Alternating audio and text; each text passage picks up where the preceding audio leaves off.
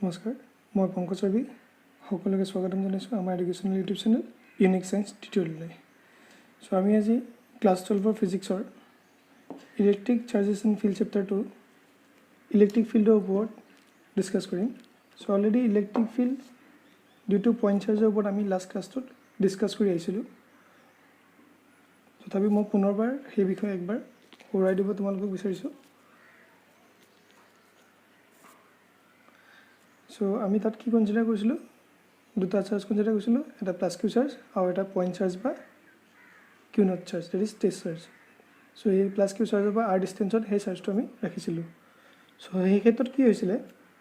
আমি কি পাইছিলোঁ যে force acting on a charge q not due to the charge q then if electric field is given by E then the force acting on the charge q naught due to the electric field is given by কি পাইছিলো আমি force or expression to F is equal to q naught dot E হয় তারপর আমি কি পাইছিলো E is equal to F by q naught হয় so force যেতিয়া এই প্লাস q চার্জে q naught উপর force এক কৰিছিলে সেই force expression to according to Coulomb's law আমি কি পাইছিলো 1 by 4 pi epsilon not q naught by r square और जेटे in terms of আমি vector consider কৰিছিলো তাৰে এটা কি দিছিলো vector sign আৰু ইয়াত এটা কি r cap এটা যদি in terms of মই ইলেক্ট্ৰিক ফিল্ড লিখো তেতিয়ালে সেই ইলেক্ট্ৰিক ফিল্ডৰ এক্সপ্ৰেছনটো কি হৈছিলে E = F by q naught হৈ যাব তো q naught টো নাইকিয়া হৈ যাব কাৰণ f ডিভাইড কৰিলে কি হ'ব কিন্তু এই q naught ৰ লগত কাট খাই যাব সো ফাইনাল এক্সপ্ৰেছনটো কি হৈছিলে 1 by 4 pi epsilon naught q by r square into r cap ইয়াত q naught আছে ইয়াত q naught হিমানটো ডিফাৰেন্স মই আগৰ ভিডিওত ভালদৰে কৈ গৈছো মই জাস্ট এটো ডেফিনেশনটো মনত ৰাখিবৰ কাৰণে তোমালোকক ঘূৰাই দিছো সো আমি আজি কি পঢ়িম আমাৰ আজি টপিকটো হ'ল mainly electric field due to a discrete distribution of charges বা ডিফাৰেন্ট সিস্টেম অফ চাৰ্জেস সেই ক্ষেত্ৰত কি হয় সোৱা আমি কি কৰিছিলো অলৰেডি ফোৰ্সৰ ক্ষেত্ৰত এই বস্তুটো আমি পাই আহিছিলো তথাপিও আমি পুনৰবাৰ এতিয়া এক্সট্ৰাকে ডিসকাস কৰি দিছো ইলেক্ট্ৰিক ফিল্ডৰ ক্ষেত্ৰত ইয়াত আমি কি কৰিছো এটা টেষ্ট চাৰ্জ লৈছিলো দিছ q naught at point p এটি তাৰ চাৰিফালে ডিসক্ৰিটলি মানে য'ত চাৰ্জেস আছে আৰু this q1 q2 q1 like different charges are there এটি কি হৈছে আমি যেতিয়া এই q1 চাৰ্জটো কনসিডাৰ কৰিছিলো যেতিয়া q naught চাৰ্জৰ ওপৰত q1 এ ফোৰ্স টেক কৰিছিলে সেই ফোৰ্সটো কি বুলি কৈছিলো কি বুলি কৈছিলো the force on q naught due to q1 is given by f01 হয় নে ঠিক আছে তেনেদৰে force on q naught due to q2 is what f02 তেনেদৰে কি হ'ব n আমি যদি কনসিডাৰ কৰো force on q naught due to q1 is what f0n ঠিক আছে এতিয়া হেই যেতিয়া q naught ৰ ওপৰত q1 এৰ চাৰ্জ q1 চাৰ্জটো ফোৰ্স এক কৰিছিলে হেতু পাইছিলো আমি f01 তাৰ ক্ষেত্ৰত এতিয়া আমি according to this definition for definition মানে কি পাম ফিল্ড ইলেক্ট্ৰিক ফিল্ড পাম তাহলে সেই ক্ষেত্ৰত যদি আমি কনসিডাৰ কৰো সাপোজ f01 ৰ ক্ষেত্ৰত আমি ইলেক্ট্ৰিক ফিল্ডটো কি বুলি কনসিডাৰ কৰিছো E1 02 ক্ষেত্ৰত কি কৈছো E2 dot dot dot n particular ক্ষেত্ৰত আমি কি কনসিডাৰ কৰিছো En ঠিক আছে একদম সিম্পল কে লগা চাৰ্জ গিটাৰ মাজৰ ডিসটেন্স আমি কি লৈছো q0 q1 ৰ মাজত r1 ইয়াৰ মাজত r2 তেনেকে rn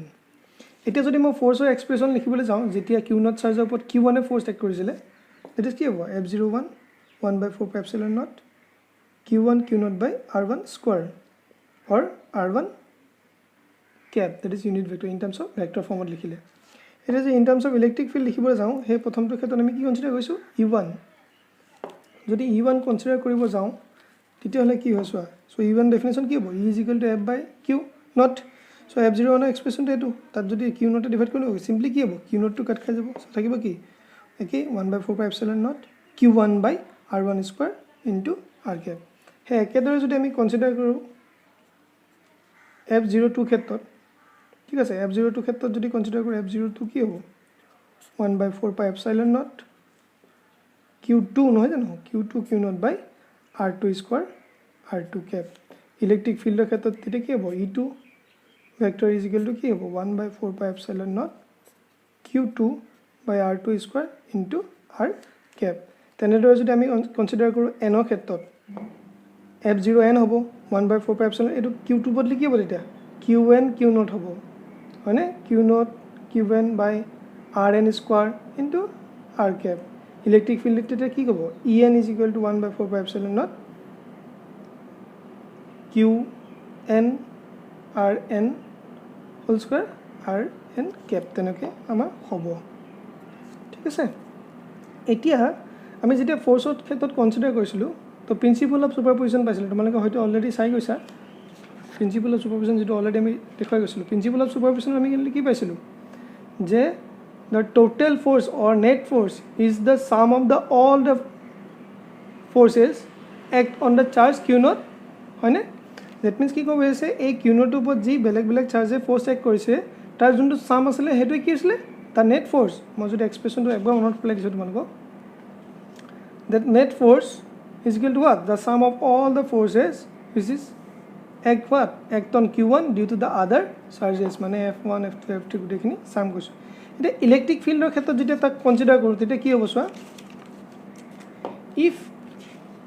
E is the electric field at point P due to the different discrete charges or system of charges then by the principle of superposition কি ক'লে তেতিয়ালে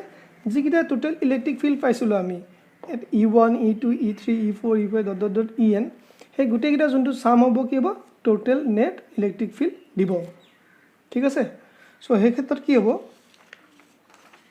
total electric field যদি আমি E বুলি consider কৰোঁ so electric field is the sum of the all the electric fields on which is due to what due to the charge on q naught due to the other charges মানে কি হ'ব E1 plus E2 plus dot E3 plus E4 plus dot En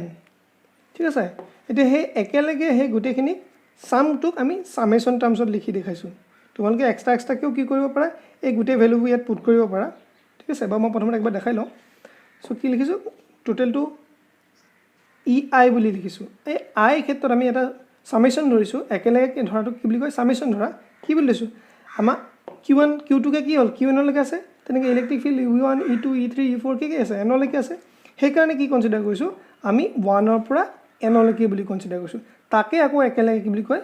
যে summation of I is equal to 1 to N electric field E of I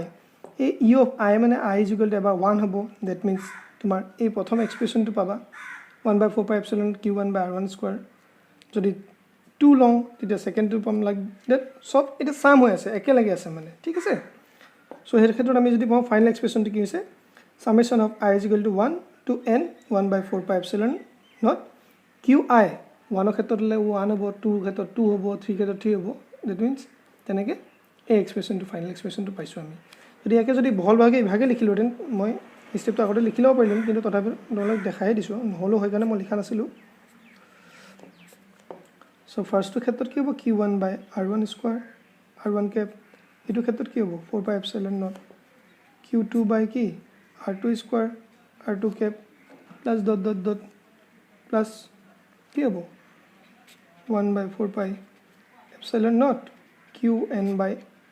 rn square rn cap হয়নে এতিয়া এই গোটেইটা common লৈ যাও যদি লওঁ কি আছিল 1 by 4 pi epsilon naught কমনে আছে হয়নে so q1 by r1 square r1 cap by q2 by r2 square r2 cap dot plus qn by কি rn square rn cap এটো আমি এনেকৈ লিখিব এই টার্মটোকে আমি কি লিখিছো q1 by rn এটোকে এনেকৈ লিখিছো সো ভালকৈ 1 by 4 pi epsilon ইয়াত লিখিছো তো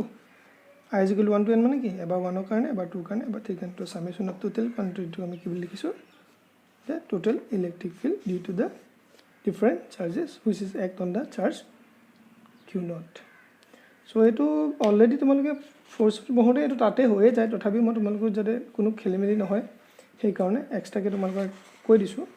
ঠিক আছে so final expression to তোমালোকে কি পালা this is the total electric field at point P due to the different charges q1 q2 dot qn so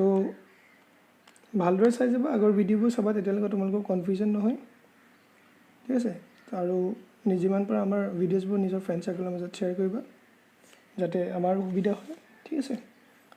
হেখন সকলোকে জনাও যে কাইন্ডলি আমাৰ চেনেলটো সাবস্ক্ৰাইব কৰি ল'বা আৰু কাষতে থকা বেল আইকনটো টাচ কৰিবা যাতে আমাৰ প্ৰতিটো ভিডিও তোমালোকে নটিফিকেশ্যনটো পাই থাকা চ' ইউনিক চায়েন্স টিউটৰিয়েলৰ ফালৰ পৰা তোমালোকক আজিলৈ ইয়াতে কৈ সামৰণি মাৰিছোঁ